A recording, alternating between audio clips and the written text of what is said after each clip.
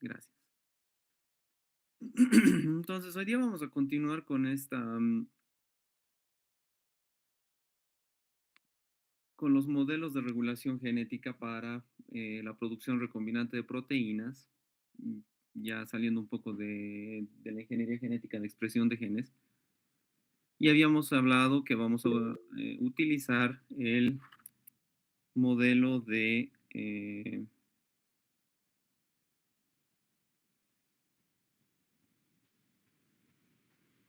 E. coli. ¿Alguien ha levantado su mano? He escuchado la señal de No, internet. doctor. Ok. No, Sí, por favor, me tienen que avisar eso porque yo solamente veo mi pantalla en blanco, así que no sé si tienen una pregunta, abran el micrófono y interrumpen nomás. Si hay algún compañero que está en sala, por favor, alguno de ustedes me avisa para poderlo admitir. Entonces, vamos a ver a la E. coli como el organismo de expresión para la producción recombinante de proteínas. Entonces, lo primero que teníamos que recordar eran los dos tipos de promotores, que ya lo habíamos visto el anterior jueves, que acorde a su regulación podrían ser constitutivos o inducibles, o también podrían ser fuertes o débiles. Entonces, ambos promotores, ya sea constitutivos o inducibles, van a modular el metabolismo de manera diferencial. Por ejemplo, los promotores constitutivos de manera natural van a ser van a dirigir los genes de alta demanda o expresión. Entonces son genes que, por ejemplo, siempre necesitan estar de alguna manera expresados, porque, por ejemplo, promueven la homeostasis de, en este caso, de la E. coli que los contiene. Mientras que los inducibles son promotores que van a ser estimulados por algún factor externo, ya sea químico o físico, que no se encuentra naturalmente dentro de los procesos metabólicos de los organismos. Es como, por ejemplo, lo que ocurre en nuestros cuerpos. Nosotros, por ejemplo, tenemos constitutivos que van a constantemente estar expresando proteínas. Por ejemplo, en el caso de la insulina, nosotros tenemos un promotor constitutivo de eso. ¿Por qué? Porque cada vez que haya glucosa, tenemos que producir insulina. Entonces, eso es algo que, por ejemplo, el cuerpo constantemente tiene que expresar esos genes. Mientras que, por ejemplo, un promotor inducible sería, por ejemplo, el del alcohol deshidrogenasa, ¿no? Entonces, ¿por qué? Porque el estímulo, por ejemplo, de consumo de, de alcohol, por ejemplo, no es algo constante. Es algo que ocurre, digamos, de tanto en tanto, en alguna fiesta, qué sé yo. Entonces,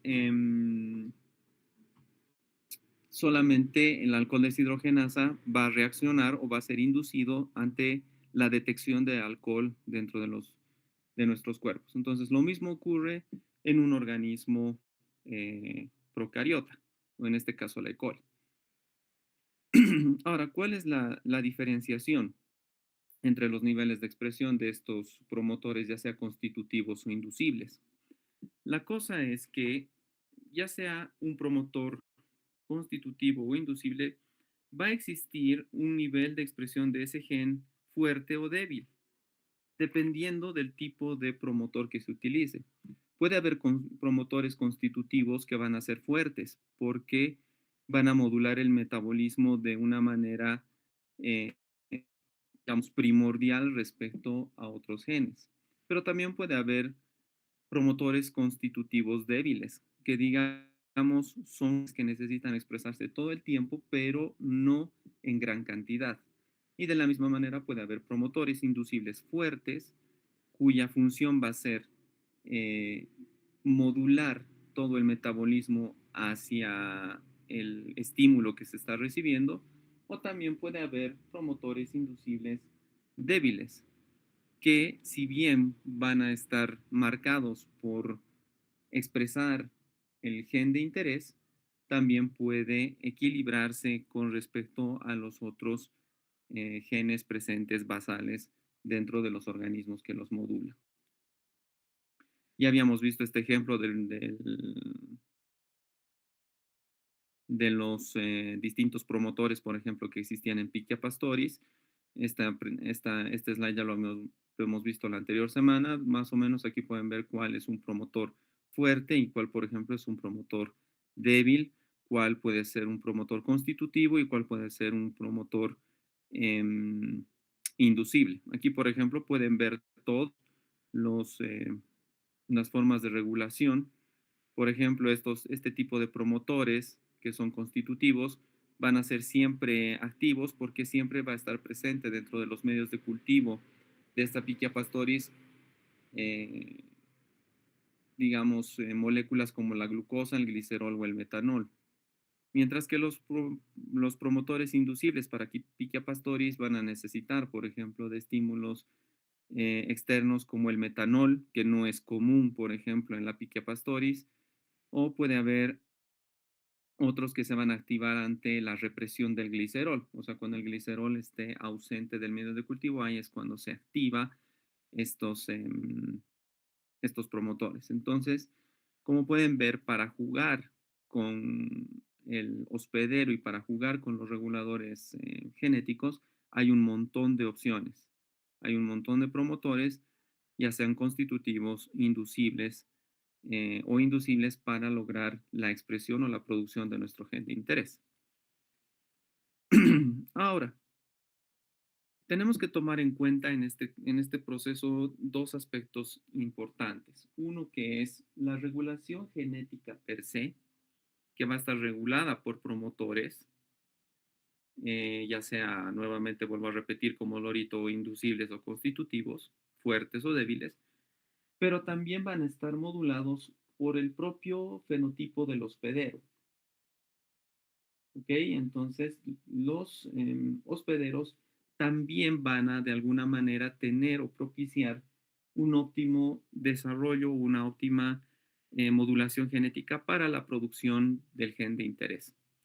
Entonces, acá, por ejemplo, vemos un pequeño esquema de todas las cepas de E. coli que son comercialmente disponibles, que depende del tipo de proteína que nosotros queramos producir, pueden escoger cualquiera de estas formas. Al momento de hablar de producción recombinante de proteínas, o sea, ya de producir una proteína foránea dentro de E. coli, tenemos que primero conocer la naturaleza de nuestra proteína. Al igual que hablar de cualquier fenómeno biológico en el planeta, lo primero que tenemos que conocer es la biología de nuestra especie. Y eso puede irse, digamos, derivando no solamente a la biología del organismo, sino también a la biología de los elementos que nosotros querramos eh, manipular en este caso. ¿Qué es lo que tenemos que evaluar entonces respecto a nuestra proteína? ¿Cuál es la naturaleza de la proteína? ¿Es una proteína, por ejemplo, estable para la temperatura o es una proteína muy sensible a la temperatura? ¿Es una proteína que puede llegar a ser tóxica para el hospedero o puede ser una proteína que va a ser inocua para el hospedero? ¿Es un gen, por ejemplo, que va a tener codones raros en su secuencia codificante para E. coli en este caso? ¿O van a ser genes que solamente tienen codones potencialmente identificables por los RNAs de transferencia de E. coli? ¿Es una proteína que va a ser fácilmente plegada o va a ser una proteína que va a tener algún tipo de dificultad al momento de llegar a sus configuraciones terciarias o cuaternarias dentro del ensamblaje de la misma en el interior de la E. coli? ¿El hecho de tener múltiples copias de la proteína puede afectar al plegamiento de la proteína o no? Entonces, al momento de escoger un sistema o un hospedero para la producción de una proteína, tenemos que ver primero la naturaleza de la proteína que queremos expresar o que queremos producir. En ese sentido, de la E. coli wild type que nosotros podamos encontrar, o sea, de la E. coli original que ha servido como modelo base para la expresión de genes, se han hecho diferentes modificaciones genéticas dentro del genoma propio para facilitar y mejorar la productividad y la producción del gen de interés que estamos buscando. Entonces, la primera variación que, por ejemplo, ha recibido la E. coli normal ha sido primeramente la inhibición de proteasas. Aquí podemos ver, por ejemplo, en este esquema todo lo que se ha hecho. ¿No ve? Entonces, la primera E. coli que ha habido se llama BL21 star, que solamente incrementa la estabilidad del RNA mensajero en su interior. ¿Ya? No se olviden que lo que nosotros necesitamos para proteína es un montón de copias del RNA mensajero y un montón de RNA polimerasa para poder obtener esas copias. Entonces, lo primero que tenemos que hacer es estabilizar el RNA mensajero en el interior de la célula. ¿Por qué? Porque si, digamos, dejamos al RNA mensajero un rato presente dentro del interior de la célula, este puede ser reabsorbido o degradado con el tiempo. Entonces, la primera variación que se le ha hecho es al genoma de las E. coli ha sido minimizar el efecto de la degradación del RNA mensajero y por ende incrementar su estabilidad. Pero, ¿qué más es una característica importante que tiene que tener una célula de E. coli para poder expresar o producir bien una proteína? Lo segundo que tiene que tener es no tener proteasas, ¿no? Porque al final lo que nosotros pretendemos hacer con todo este proceso es producir proteínas. Pero nuevamente, a nivel natural, en un fenómeno natural, todo exceso es malo, ¿no? Tener un exceso de azúcar es malo, tener deficiencia en azúcar es malo, consumir solamente carne es malo, consumir solamente verduras es malo, tomar agua, solamente agua, brindar electrolitos necesarios de tanto en tanto es malo. Tomar excesiva cantidad de electrolitos a la larga también es malo. Pero acá lo que nosotros pretendemos con esta expresión genética foránea o heteróloga es promover el exceso de producción de una proteína. O sea, de que la E. coli no sea capaz de regular el metabolismo de esa proteína. Entonces, a nivel natural, ¿qué es lo que ocurre? La E. coli ve que se está produciendo mucha cantidad de una determinada proteína, entonces activa todos los procesos de degradación de proteínas. ¿Cuál es el objetivo? Regular el balance de proteínas. Pero como nosotros lo que estamos produciendo con esto, lo que estamos incentivando es querer producir mayor cantidad de proteína, lo que no queremos es de que la E. coli eh, degrade esas proteínas. Entonces, ¿qué es lo que hacemos? Dentro de los genomas de E. coli, la segunda modificación que se le ha hecho es inhibir las eh, proteasas. De tal manera de que, por ejemplo, todas las cepas de E. coli BL21 tienen menor degradación de proteasas. ¿Eso qué quiere decir? Que todas estas que ustedes ven, BL21, BL21, BL21, esta también es una forma de BL21 y lo vamos a ver más adelante, esta es una forma de BL21 también, son cepas o células competentes de E. coli que tienen poca cantidad de proteasa circulando dentro de sus citoplasmas, de tal manera de que el exceso de proteína que se está generando producto de la producción recombinante no se ve afectado por la propia naturaleza de las células competentes de la E. coli. Entonces, el primer arreglo era estabilizar el RNA mensajero en el interior de la célula. El segundo es inhibir las proteasas naturales. Pero luego también se han ido adhiriendo más modificaciones genéticas al interior de la E. coli, que ya es estas que ya estamos viendo acá. Habíamos visto que uno de los grandes problemas que puede haber al momento de producir una proteína es el plegamiento de la misma. Ya les había mencionado que si voy a producir proteínas para que solamente me salga puro cuerpo de inclusión, que es una acumulación de proteína mal plegada, tampoco me sirve. Es improductivo para los fines que quiero obtener utilizando a la E. coli como organismo hospedero. Entonces, ¿cuál es la siguiente característica que tengo que tener? Uno, ya he estabilizado el RNA mensajero. Dos, ya he inhibido la producción de proteasas naturales por parte de la E. coli. Entonces, el tercero va a ser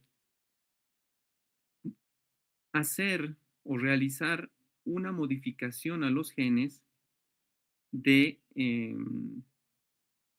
que van a permitir la formación apropiada de los puentes disulfuro o que me van a permitir el ralentizamiento de los genes o de las proteínas que me van a ayudar al plegamiento proteínico. Entonces, acá, por ejemplo, tenemos dos estrategias, una que es utilizada por la E. coli Shuffle y la otra que es utilizada por la E. coli Origami. La E. coli Shuffle, por ejemplo, lo que hace es inhibir a las proteínas de plegamiento rápido de la S. colis y a la vez promover la formación de una proteína que sirve como chaperona, que es esta DSBC, que va a incrementar su cantidad o su número de copias dentro del citoplasma y permitir que todas las proteínas se vayan plegando de mejor manera, optimizando los puentes disulfuro, que son los que van a ser responsables de la estructura terciaria de la proteína. La origami es básicamente lo mismo que la shuffle, solamente que carece de la expresión de esta DSBC. Entonces, ambas sirven para ralentizar el pegamiento acelerado de la proteína y promover precisamente con eso la formación de los puentes disulfuro de la estructura terciaria de las proteínas de una mejor manera. Entonces, ahí tenemos diferentes estrategias. Uno, estabilizar el RNA mensajero, disminuir la cantidad de proteasas y minimizar la expresión de proteínas de plegado rápido de otras proteínas en el interior del genoma para asegurar que las proteínas que nosotros estamos produciendo de manera heteróloga salgan funcionales en alto número y en alta productividad. Ahora, ¿qué es lo que ocurre, por ejemplo, si yo quiero producir una proteína que en su secuencia genética tiene codones que no son reconocidos por E. coli? Habíamos hablado en las primeras clases de los codones raros. Y en los codones raros son la derivación que se ha visto de la degeneración del código genético. Entonces, si yo efectivamente necesito producir esa proteína siguiendo la receta de la secuencia genética sin hacer modificaciones a la misma, entonces tengo que añadirle al genoma de la E. coli algo que me permita codificar RNAs de transferencia de los codones que no tengo. en E. coli de manera natural. Entonces, para eso se ha inventado este genotipo de E. coli, que se denomina Rosetta. Este genotipo posee un plásmido adicional ya incorporado en el genoma, o sea, cuando ustedes compran esta célula ya viene con un plásmido incorporado, cuya función es codificar todos los RNAs de transferencia pertenecientes a los codones raros de coli, de tal manera de que en el momento en el que se realice la traducción de la proteína de interés, si aparece un codón que no es identificado por E. coli, de manera natural, este plásmido va a darle ese RNA de transferencia, de tal manera de que lo va a identificar y lo va a expresar. ¿Cuál es la característica de este codón o de este plásmido? Que es un plásmido de expresión constitutiva, o sea, no necesita que le diga en qué momento tiene que empezar a producir los genes asociados. Produce de manera constitutiva. ¿Eso qué quiere decir? Que el RNA de transferencia de todos los codones raros de coli siempre van a estar presentes. Entonces, con eso ya estamos salvando más problemas. Uno, estabilidad del RNA mensajero. Dos, minimizar la cantidad de proteasa circulando en las células de coli. Tres, garantizar el propio plegamiento de la proteína, optimizando el plegamiento de la estructura terciaria de los puentes disulfuro. Cuatro, estamos optimizando la traducción de la proteína de interés ante la presencia de codones raros en la secuencia que nosotros buscamos producir. Tenemos después una quinta forma de minimizar lo que se denomina leakage expression, o que en español sería la expresión por goteo. ¿Qué pasa si yo estoy produciendo en el interior de la E. coli una proteína que es tóxica para la E. coli, excesivamente tóxica? No me puedo dar el lujo de ir matando a mi población de E. coli conforme mi biomasa va creciendo. Entonces tengo que asegurarme de que no exista una expresión del gen de interés hasta que yo, como biotecnólogo, lo indique. Entonces, para eso, ¿qué es lo que hago? Bueno, le añado otro plásmido, que en este caso va a ser el LEMO21 o la BL21 de E3-LIS. ¿Qué es lo que van a hacer estas? Estas proteínas, o estos plásmidos, mejor dicho, van a codificar una lisosima que va a ser inducida por rhamnosa. O sea, si ustedes colocan rhamnosa en el medio, este plásmido se activa y la lisosima va a expresarse. ¿Qué es la lisosima? Es una especie de proteasa. ¿Y qué va a hacer esa proteasa? Va a controlar cualquier proteína que se esté expresando sin el consentimiento de un inductor. De tal manera que si yo estoy produciendo una proteína tóxica y por alguna extraña razón una molécula empieza a formarse, la lisina o la lisosima lo que va a hacer es degradar esa proteína y pues va a asegurar el correcto crecimiento de la biomasa hasta el momento en el que yo indique que la proteína de interés debe ser producida. Entonces, con eso nosotros estamos haciendo mayores modificaciones. ¿Cuáles son las modificaciones? Estabilidad del RNA mensajero, inhibición de proteasas, inhibición del plegamiento veloz y asegurar el plegamiento adecuado de la estructura terciaria, posibilidad de producir genes con codones raros de E. coli y evitar la producción no controlada de proteínas tóxicas al interior de la célula. ¿Podemos hacer algún tipo de modificación metabólica más adicional dentro de todo este proceso? Sí. ¿Qué pasa si yo tengo que producir una proteína que es excesivamente sensible a la temperatura? O sea que no me conviene producirla, pónganle a 37 grados centígrados. ¿Qué es lo que yo puedo hacer en ese caso? Tengo que darle a mi E. coli la posibilidad de poder producir esas proteínas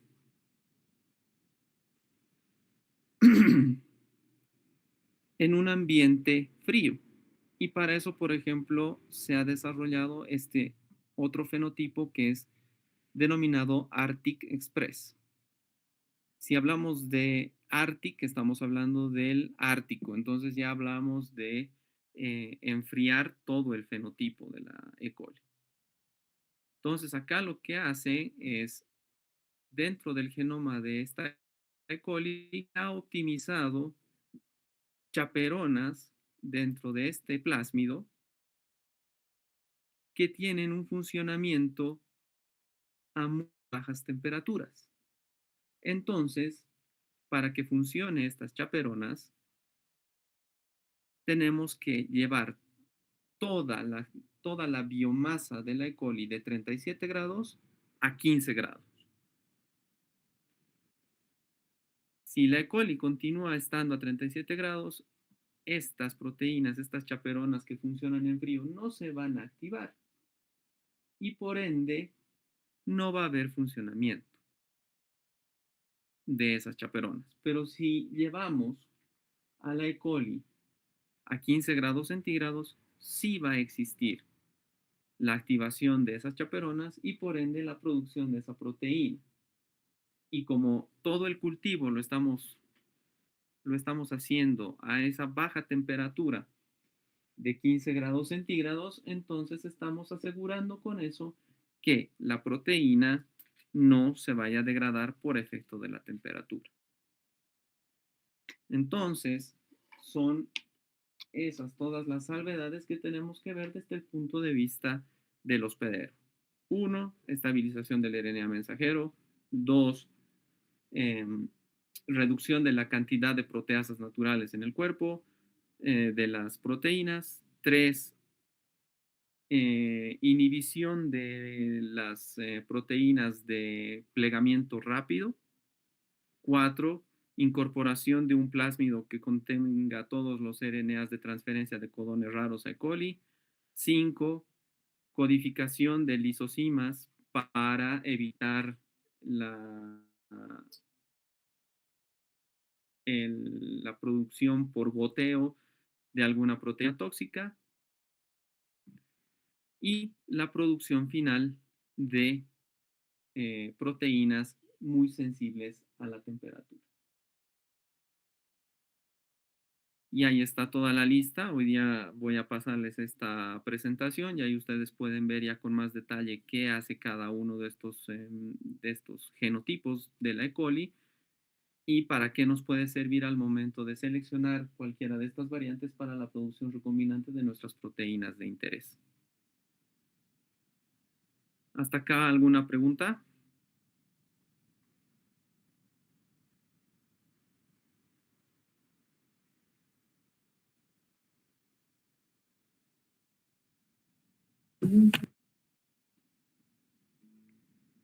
Sí.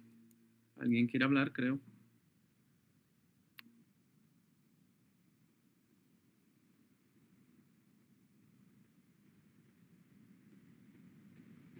¿No? Bueno, continuamos entonces.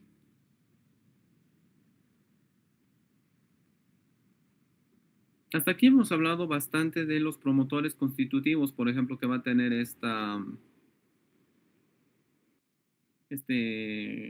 célula competente, pero también habíamos hablado de dos tipos de plásmidos, como este PLEM o este PACIC, que son eh, promotores inducidos por ramnosa. La ramnosa es un tipo de azúcar. Entonces aquí lo que tenemos que ver es cómo funcionan los promotores inducibles que van a hacer la modificación metabólica de todos estos, de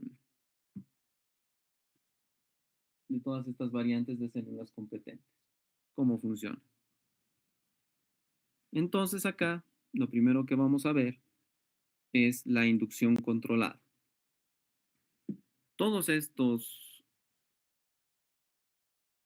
plásmidos que tienen promotores inducibles van a estar regulados a través del mecanismo de regulación por operón. Ya habíamos visto en las primeras clases a qué nos referimos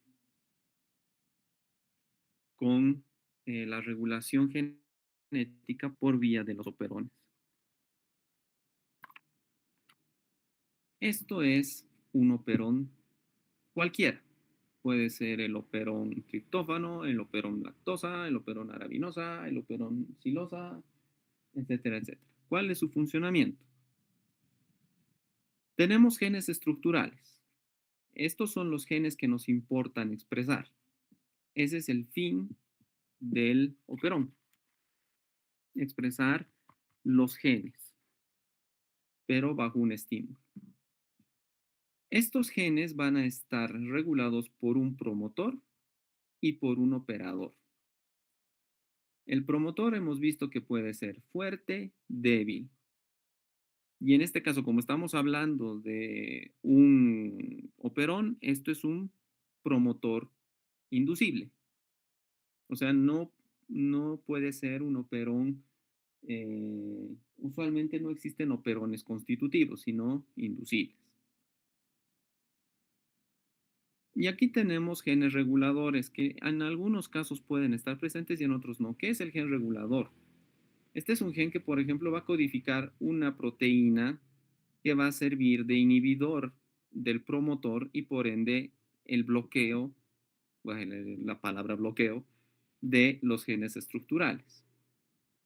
Pero cuando existe un inductor, ¿qué es lo que va a ocurrir? Una liberación del promotor y por ende una desregulación de estos genes y la producción o la traducción de los genes estructurales asociados a este operón. Entonces ahí se forma el RNA mensajero y ahí vamos a formar la proteína A, B, C o D. En el caso del operón triptófano, generalmente estos genes estructurales siempre están activándose, pero llegado el momento, en presencia del triptófano, lo que va a ocurrir es que el promotor está activado y cuando hay ausencia del triptófano, el operón se inhibe. En el caso de los sistemas de expresión para la producción de proteínas, la que nos interesa es el operón lactosa, que en ausencia de lactosa el promotor se haya inhibido por un represor. Aquí está. Y estos son los genes estructurales asociados a ese operón. Cuando la lactosa está ausente, entonces el gen represor, inactiva al operador y por ende no existe la expresión de los genes asociados. Pero en presencia de lactosa, se libera el represor, se inactiva el gen regulador y se activa el operón. y por ende todos los genes asociados a ese operón. De manera natural, por curiosidad científica, esos genes son la beta-galactosidasa, la beta-galactósido transacetilasa y la permeasa. Esos son los genes que van a ser asociados para el metabolismo de la lactosa. Por ende, ¿cuáles van a ser los inductores de este operón? La lactosa, la alolactosa o lo que nos va a servir para la producción recombinante de proteínas, que es el IPTG, que es el isopropil beta de 1 tiogalactopiranósido, que como pueden ver es como una especie de lactosa, pero con un grupo sulfuro adicionado, que ahorita lo vamos a ver para qué funciona. Lo único que nosotros en el caso de la ingeniería genética es reemplazar esta beta-galactosidasa, la permeasa y la beta-galactósido transacetilasa por el gen de interés. Después el resto es exactamente lo mismo. Y lo que va a hacer la E. coli es que en lugar de producir estos genes para el metabolismo de la lactosa, lo que va a hacer es producir nuestro gen de interés, basado en el inductor, que en este caso nuevamente les digo es lactosa, lactosa o el IPTG. De la misma manera, estos plásmidos que eran expresables con rhamnosa tienen el mismo fundamento, solamente que aquí son genes de expresión para el metabolismo de la rhamnosa, que en este caso lo único que van a hacer es estar asociados al gigante de la lisosima. Entonces, lo único que varía es, el inductor sigue siendo el mismo, lo único que cambia es el gen estructural. ¿Por qué utilizamos IPTG ahora para ingeniería genética? Este isopropil beta d 1 tiogalactopiranósido, que es como una lactosa, pero con un grupo sulfuro adherido. El problema de la lactosa es que al ser un carbohidrato, puede ser metabolizado por la E. coli de manera natural. O sea, la E. coli, si ustedes le dicen, va a preferir glucosa. Eso es lo primero que va a utilizar como fuente de energía. Pero si no tiene glucosa, entonces va a empezar a utilizar los disacáridos que puede haber en un medio de cultivo. Y entre ellos está la lactosa. Y tarde que temprano, si uno consume la lactosa, ¿qué le ocurre al operón? Si ya no hay lactosa en el medio, otra vez volvemos a la represión del operador y por ende la no expresión de los genes estructurales asociados, que en este caso sería los genes de interés. Y lastimosamente la mayoría de los medios de cultivo que uno utiliza son medios de cultivo que no sabemos exactamente qué es lo que tienen en cuestiones de receta. Puede ser que alguno tenga alguna traza de lactosa, por ejemplo, que pueda servir de inhibidor de nuestra producción. Pero, ¿qué es lo que ocurre utilizando el IPTG? Este es un análogo, nuevamente les vuelvo a decir, de la lactosa o de la función que tiene que hacer la lactosa. Pero este compuesto no es asimilable metabólicamente por la E. coli. Entonces, este compuesto siempre va a estar presente en el medio de cultivo y como no puede ser metabolizado por la E. coli, entonces, una vez que le pongan el IPTG al medio, la inducción del promotor lactosa va a ser constante. Entonces, con eso nos aseguramos que una vez que le pongamos IPTG al medio, el gen estructural, que en este caso sería el gen de interés, va a estar presente y va a ser expresado.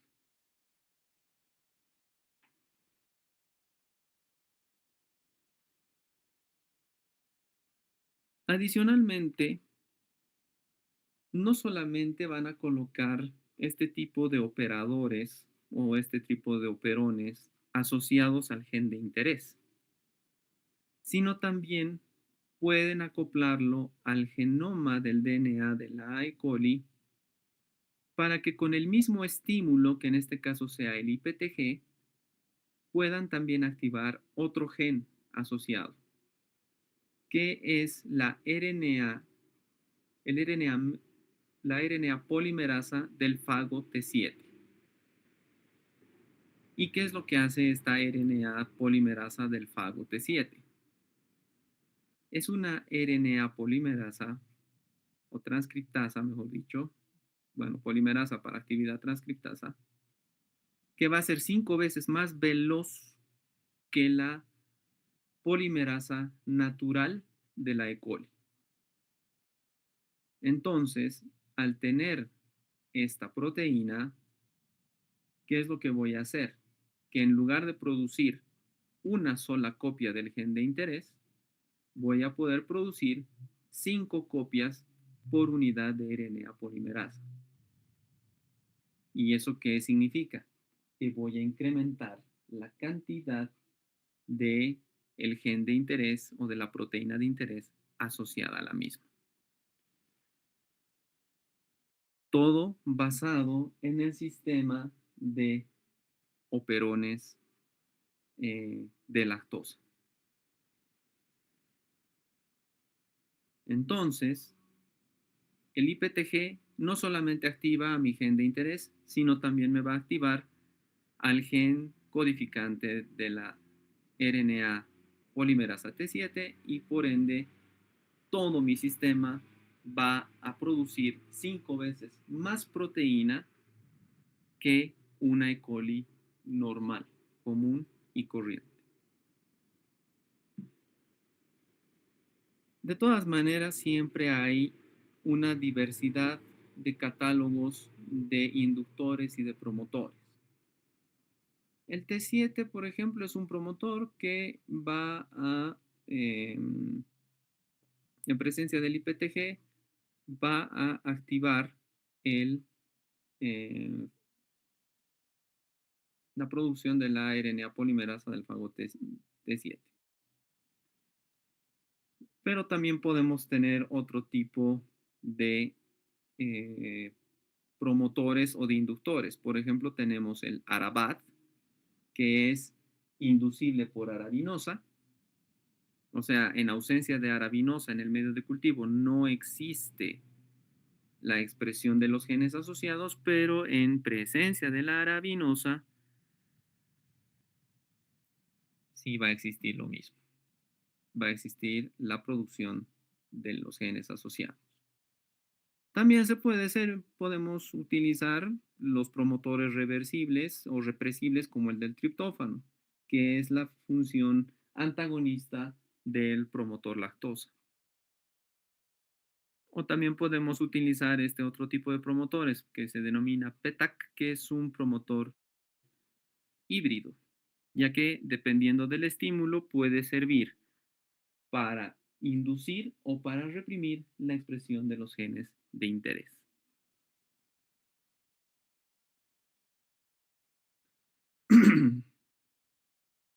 Ahora, dentro del proceso de inducción que nosotros estamos viendo para la producción recombinante de proteínas, que ya hemos visto qué es lo que tenemos que utilizar, cuál cepa de célula competente tendríamos que utilizar, cuál inductor podríamos utilizar y cómo funciona el inductor para promover o permitir la expresión de nuestros genes de interés y la producción recombinante de proteínas. Entonces ahora tenemos que ver en qué momento tenemos que realizar la inducción para que sea lo más productiva posible. Eso quiere decir tener la mayor cantidad de genes o copia de genes presentes. ¿Cómo se va a realizar esa situación? Teóricamente, lo que dicta la norma, por decirlo así, de ingeniería genética es, si tengo mayor cantidad de biomasa, tengo mayor cantidad de plásmidos asociados a esa biomasa. Si tengo mayor cantidad de plásmidos asociados a esa biomasa, tengo mayor probabilidad de expresión de los genes asociados a esos plásmidos. Por ende, de una manera natural esperada, lo que se busca es realizar la inducción en el punto máximo de crecimiento de biomasa de la bacteria. Por ejemplo, nosotros sabemos de que las bacterias cumplen un ciclo de crecimiento. Tienen una primera fase lag, que se llama, o sea, de primeras divisiones. Luego tenemos la fase exponencial y luego tenemos la fase de estacionaria, cuando ya los nutrientes ya son un problema o ya son una limitación y por ende esta población ha llegado a su máximo de expresividad o de crecimiento. Entonces, de manera regular, la inducción siempre se la realiza en el punto máximo de crecimiento de la fase exponencial de la bacteria, que generalmente es dada por la densidad óptica 600 de valor 0,6. O sea, ustedes hacer su biomasa de la E. coli y el momento en el que ustedes lean a una longitud de onda de 600 nanómetros y vean que el valor es 0,6, es en ese momento en el que ustedes colocan el IPTG y empiezan la regulación de ese operón y promueven la producción recombinante de su proteína de interés. Eso es lo que comúnmente se estila al momento de verificar este punto de inducción. ¿Cuál era la razón? Porque aquí teóricamente hay mayor cantidad de biomasa, por ende hay mayor copia de número de plásmidos, y si hay mayor cantidad de número de plásmidos, entonces también hay mayor cantidad de genes de interés. Por ende, la producción va a ser mayor en ese punto que en otros. Eso es lo que en teoría se espera. Pero eso también va a ir siendo limitado o determinado por la naturaleza de la proteína que queremos expresar. Y en algunos casos, por ejemplo, en esta del inciso B, la inducción va a ser conforme va creciendo la biomasa.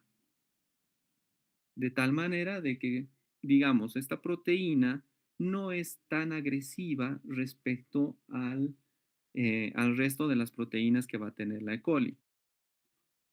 Entonces, aquí el inductor, tranquilamente la proteína va a ir expresándose conforme también la biomasa va a ir creciendo. Entonces acá nos liberamos de las células que van a empezar a morir en la fase estacionaria, sino aquí lo que estamos haciendo es promover poco a poco la producción de la proteína respecto al crecimiento de la biomasa. Ahora también tenemos este tipo de comportamientos de la biomasa. ¿Qué es lo que puede estar pasando acá?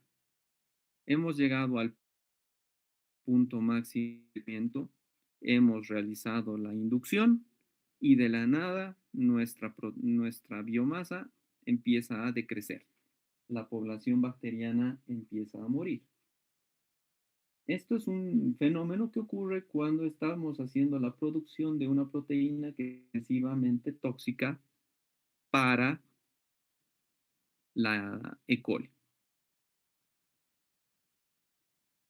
Entonces, cuando hacemos la producción de una proteína tóxica, sí o sí tenemos que esperar al punto máximo de inducción, de crecimiento celular, para que conforme se vaya produciendo la proteína, podamos ir cosechando la proteína y lastimosamente vayamos promoviendo la muerte de la biomasa que está produciéndola. Entonces, estos son otros modelos de inducciones controladas que pueden existir.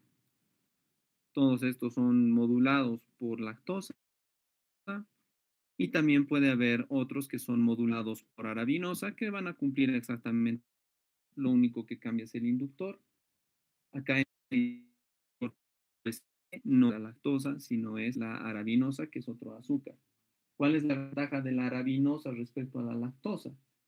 Que a las bacterias, en específico a la E. coli, no le gusta mucho consumir pentosas, sino lo que les gusta más es consumir exosas. Entonces, la arabinosa de alguna manera es un poquito más duradera en el interior de la célula y por ende puede continuar con la expresión continua de los genes asociados o del gen de interés para la proteína recombinante. Otra forma de regulación es la de codones raros. Y eso ya lo habíamos visto anteriormente.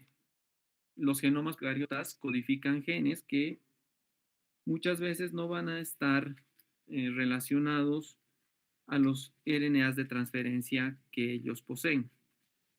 En el caso del modelo de la expresión de la E. coli tiene 8 codones raros. O sea, son 8 combinaciones de nucleótidos, codones, que no son reconocidos por sus genomas o por sus RNAs de transferencia, que son, por ejemplo, 4 codones de arginina, uno de glicina, uno de leucina, uno de leucina y uno de prolina.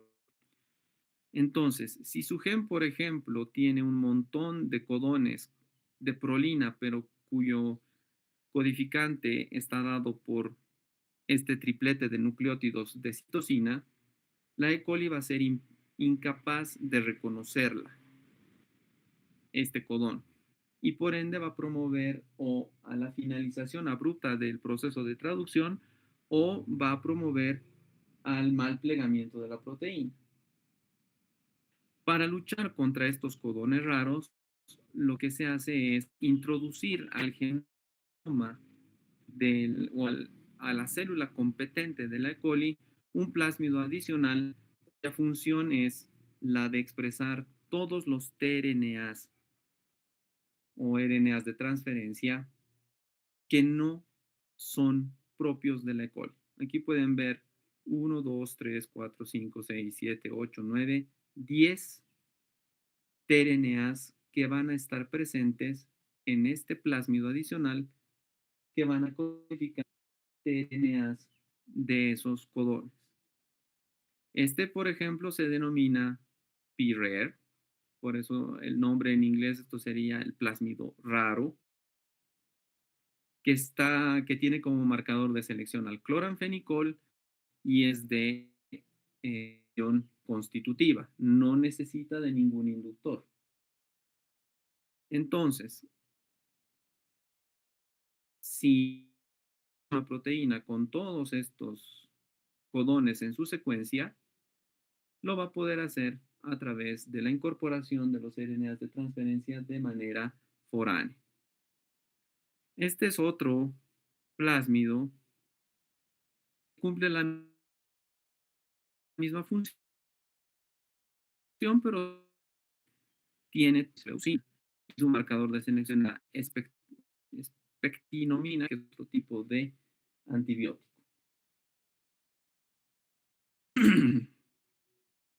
Entonces, con esto ya podemos terminar de ver todo el proceso experimental y metabólico de la expresión de genes recombinantes utilizando vectores plasmídicos. Ya hemos visto los ORIs, acabamos de ver los promotores, las etiquetas de afinidad lo vamos a ver en tecnología enzimática, cómo se remueven esas etiquetas de afinidad también lo vamos a ver en el siguiente capítulo, los marcadores de selección, para qué sirven y los terminadores. Con eso llamo las generalidades de los vectores virales, las generalidades de los vectores plasmídicos. Por ende, ya hemos terminado la parte experimental, entre comillas. No sé si...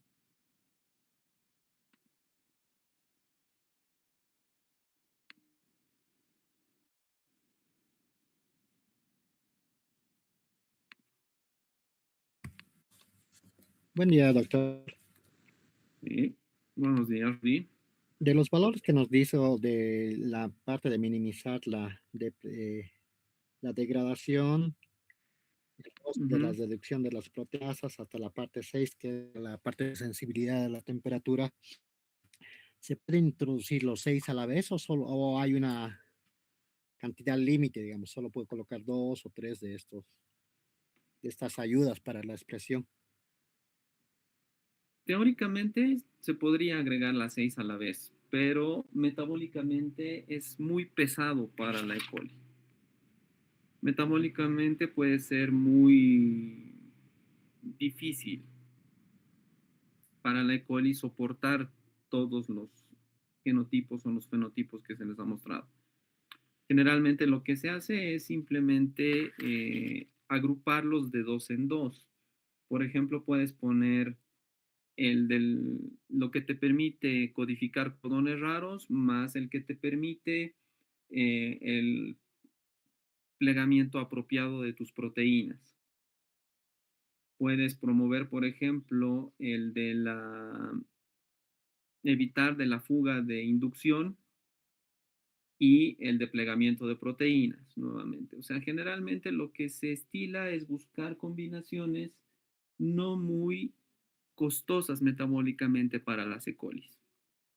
Entonces, en teoría puedes agregar todas en una, pero lastimosamente la producción va a ser ínfima. Por eso es que dependiendo de la naturaleza de la proteína que ustedes quieran producir, se selecciona la célula competente más apropiada a esos fines.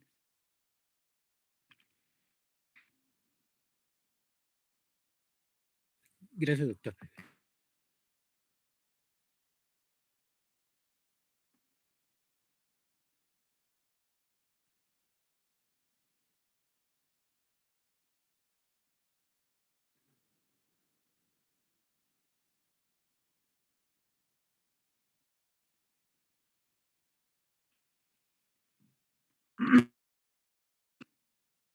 ¿Alguna otra pregunta?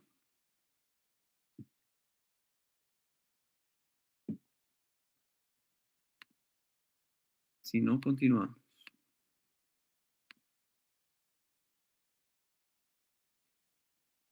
¿Pueden ver nuevamente la presentación? ¿Me confirman, por favor?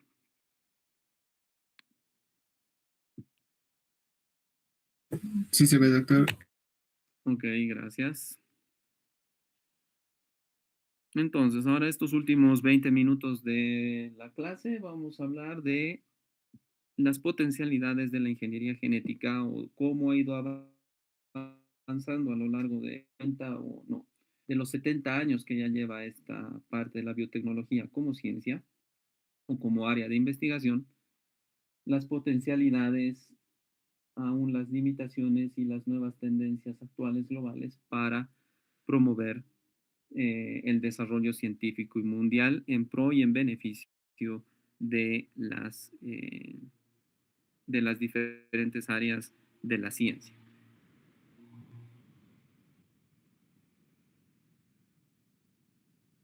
Si hablamos de proteínas recombinantes, de la producción de recombinantes, como hemos visto en esta última parte, que van a ser en las que se va a utilizar, por ejemplo, la E. coli como organismo hospedero de la producción de las mismas,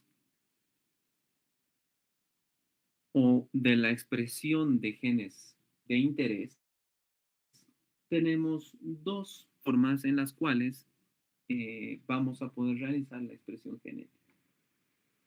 Una, donde el producto de interés resultante de la ingeniería genética es el producto independiente del rendimiento del mismo, o introduciendo variantes a nivel genético para el mejoramiento del rendimiento del producto. En el caso, por ejemplo, de producción de anticuerpos, de vacunas o de factores de crecimiento, lo que nos interesa es el producto, no nos interesa tanto el rendimiento. ¿Por qué? Porque aquí, digamos, si nosotros hacemos una producción recombinante de anticuerpos, o si hacemos una producción recombinante de vacunas, o una producción recombinante de factores de crecimiento, lo que nos va a interesar es que ya sea el anticuerpo, la vacuna o el factor de crecimiento estén óptimos para su posterior utilización.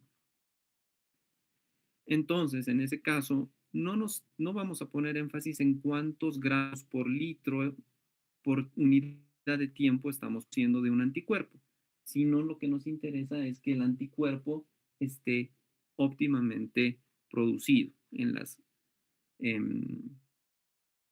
formas óptimas del producto. Es por eso que, por ejemplo, los productos anticancerígenos basados en ingeniería genética son excesivamente costosos. Y lo vamos a ver más adelante en este capítulo. Ahora, si lo que nos interesa es el rendimiento y no tanto el producto per se, entonces ahí es donde la ingeniería genética tiene otra estrategia que es adherir mejoramiento a nivel de los genes para que estos genes sean mucho más fáciles de producir por el organismo hospedero y por ende podamos mejorar los volúmenes o las cantidades de los productos que se están produciendo.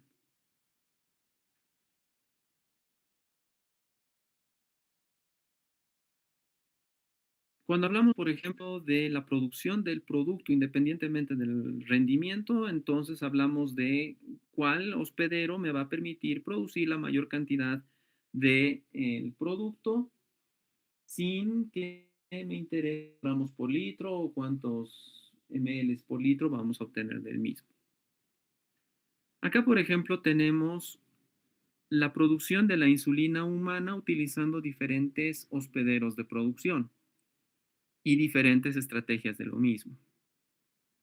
Acá lo que nos interesa es producir la insulina y que tal cual es la insulina humana natural. No nos interesa, como les digo, que produzcamos toneladas o que produzcamos gramos, sino lo que nos interesa es que la insulina esté bien producida. Y para eso es que se ha hecho una comparación de diferentes estrategias de su producción, de diferentes reactores para su producción y de diferentes hospederos para su producción. Aquí, por ejemplo, se ha comparado el modelo de Bacillus subtilis, en el cual la insulina se secreta al medio, E. coli, donde la insulina se va a quedar en el interior del citoplasma una vez producida, E. coli, donde la insulina va a ser secretada al medio, Saccharomyces y Pichia pastoris, que igual la insulina va a ser secretada o excretada al medio de cultivo. Si nosotros hablamos de excreción de la proteína, entonces podemos hablar de tipos de reactor continuo o fed batch. Si hablamos de acumulación en el interior de la célula, estamos hablando de reactores en lotes o en batch. Entonces aquí podemos ver los diferentes parámetros de crecimiento que ustedes ya lo han visto con la doctora, la mu máxima, etcétera, etcétera.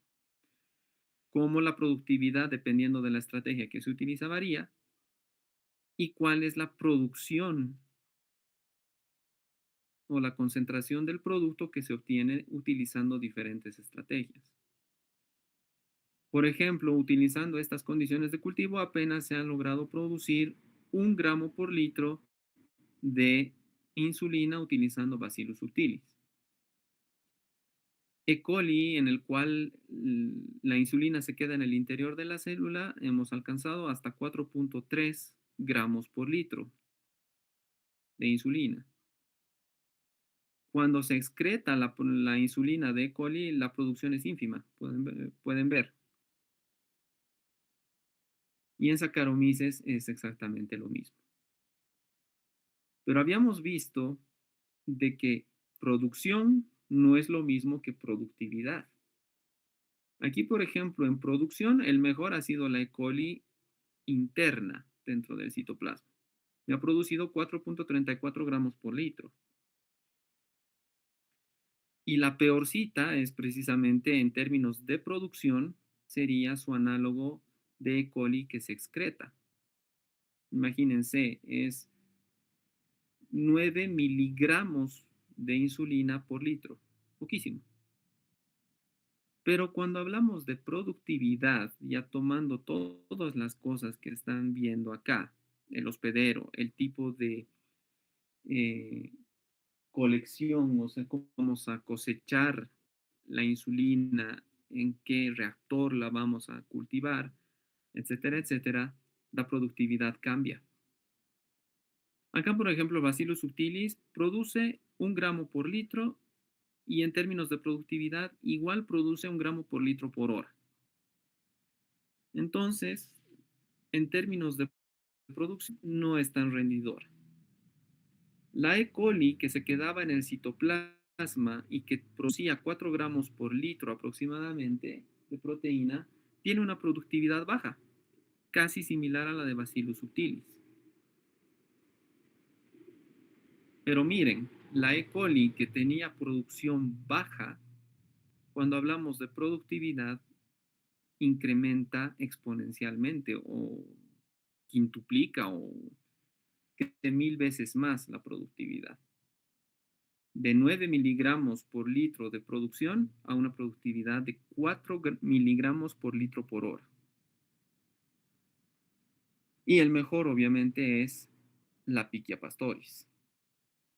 17 miligramos por litro por hora. Y es por esa razón que la mayoría de las insulinas humanas ahora son producidas a través de Pichia pastoris. Acá como lo que les digo es que no nos interesa cuál sea el rendimiento, sino cuál me puede dar el mejor rendimiento garantizándome todo sea el que yo estoy esperando. Otros ejemplos de los rendimientos de producto es, por ejemplo, la producción de queso sintético. ¿Cómo es que nosotros podemos hacer queso sintético? Pues produciendo la caseína.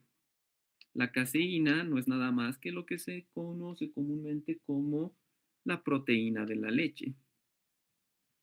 Entonces, en lugar de tener que estar esperando para sacar la caseína teniendo vacas, por ejemplo, lo que podemos es producir la caseína de manera recombinante, a través, por ejemplo, de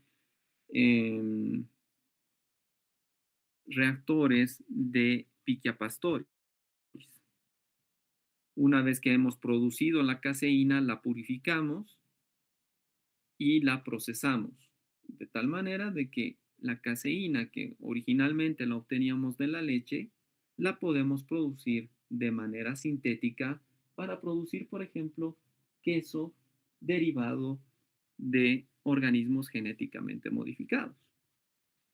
Entonces, si ustedes alguna vez, aunque yo todavía no he visto en ningún lugar, compran un queso y dentro de las especificaciones del producto aparece el triángulo con OGM, muy probablemente ese queso tenga bastante contenido proteínico adicional porque la caseína no solamente ha venido naturalmente de la leche, sino que también se la ha producido de manera sintética por organismos genéticamente modificados.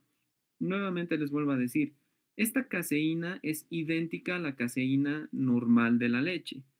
Lo único que ha cambiado es que en lugar de que venga la caseína de la vaca, está viniendo de organismos genéticamente modificados.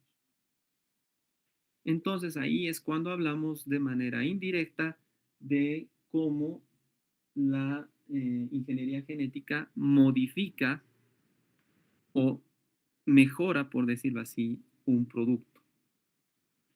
Y este es generalmente el modelo que se ve cuando nosotros hablamos de productos que en alguna parte de su proceso han tenido el,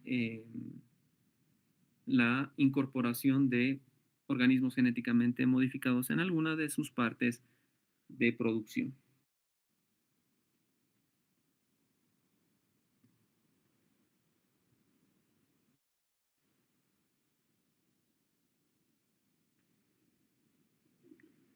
¿Qué es lo que vamos a hacer ahora? ¿Qué es lo que ocurre cuando nosotros queremos producir o mejorar el rendimiento del gen y de la proteína dominante a través de su mejoramiento genético y así mejorar el rendimiento del producto? Este, por ejemplo, es una silanasa, es una enzima que degrada silano. El silano, por ejemplo, hay retazos de este silano en el pan, en la harina del pan, y estas silanasas se sirven para degradar ese silano que puede estar presente en las harinas y mejorar la calidad de la masa del pan. Entonces, qué es lo que se quiere producir por proteínas recombinantes? Es las silanasas. Ahora, imagínense todas estas variantes genéticas que se le ha hecho en este estudio. Esta es la silanasa original del organismo que la contenía. Tenía un módulo catalítico, que es el que realiza la ruptura del silano.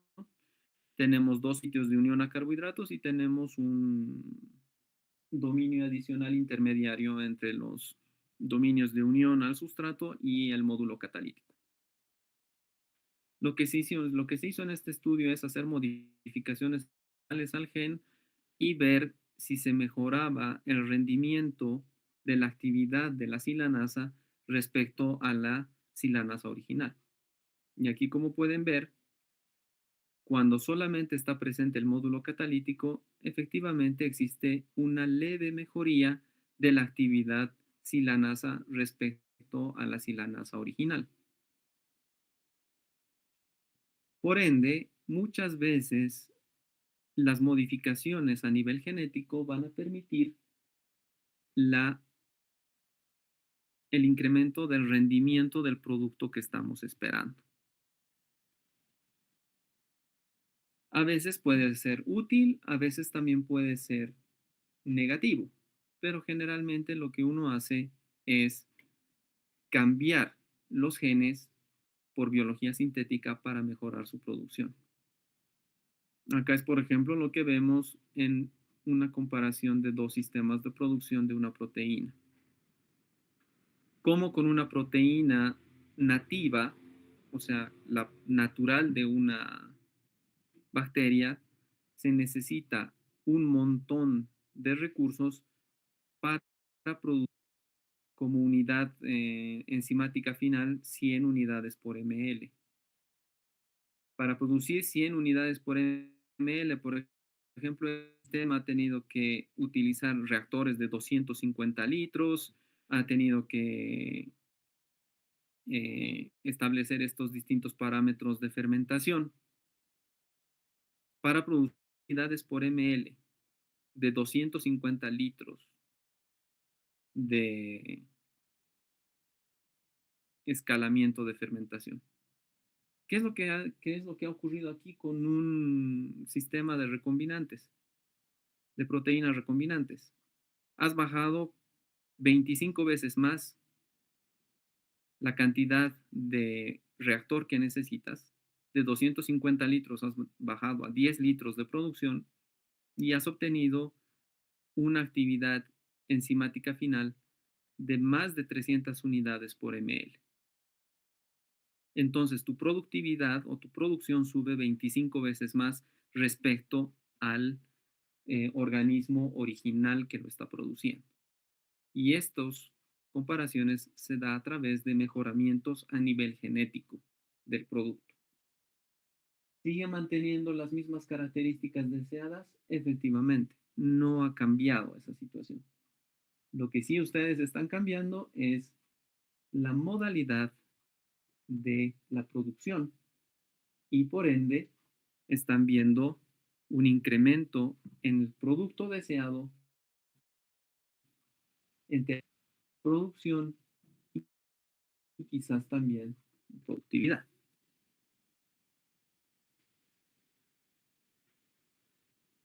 Muchos son los ejemplos de proteínas recombinantes que ya son parte o que son necesarios para la producción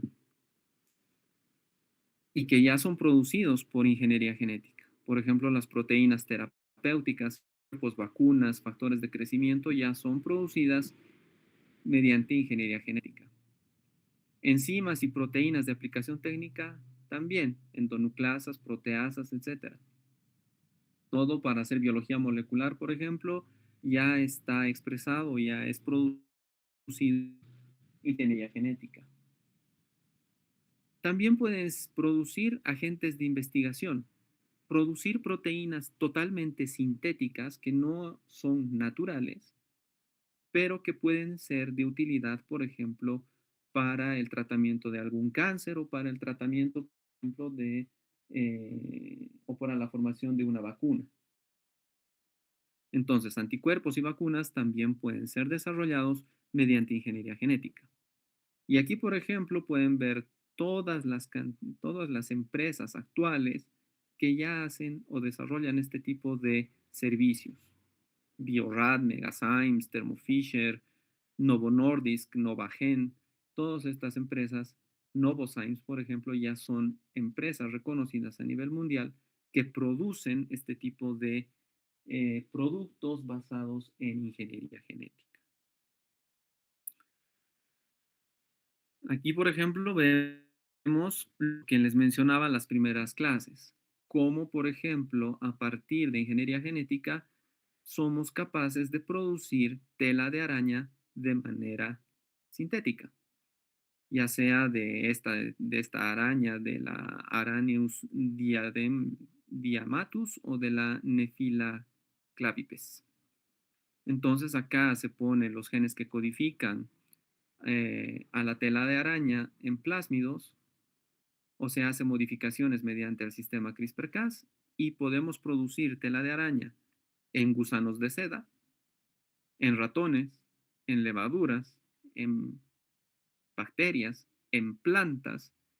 En la planta del tabaco podemos producir adicionalmente tela de araña en células de animales, en arroz o en Salmonella typhimurium, mediante obviamente la intermedio del agrobacterium. Pero como pueden ver, dependiendo también de la forma de cosecha de la tela de araña, podemos utilizar diferentes estrategias de producción de las mismas.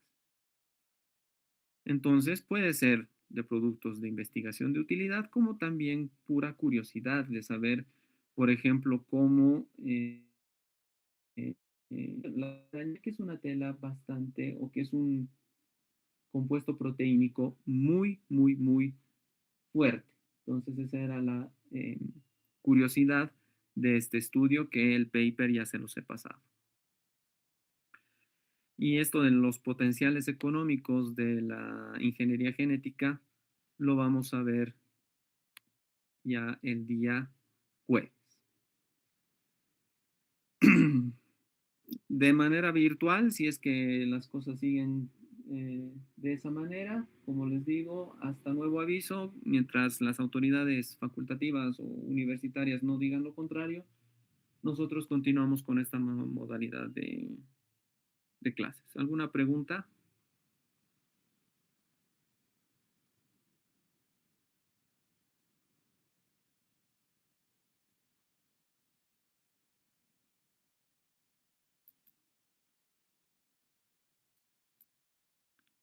Ninguna. Bueno, entonces ya son las 12:25, los libero.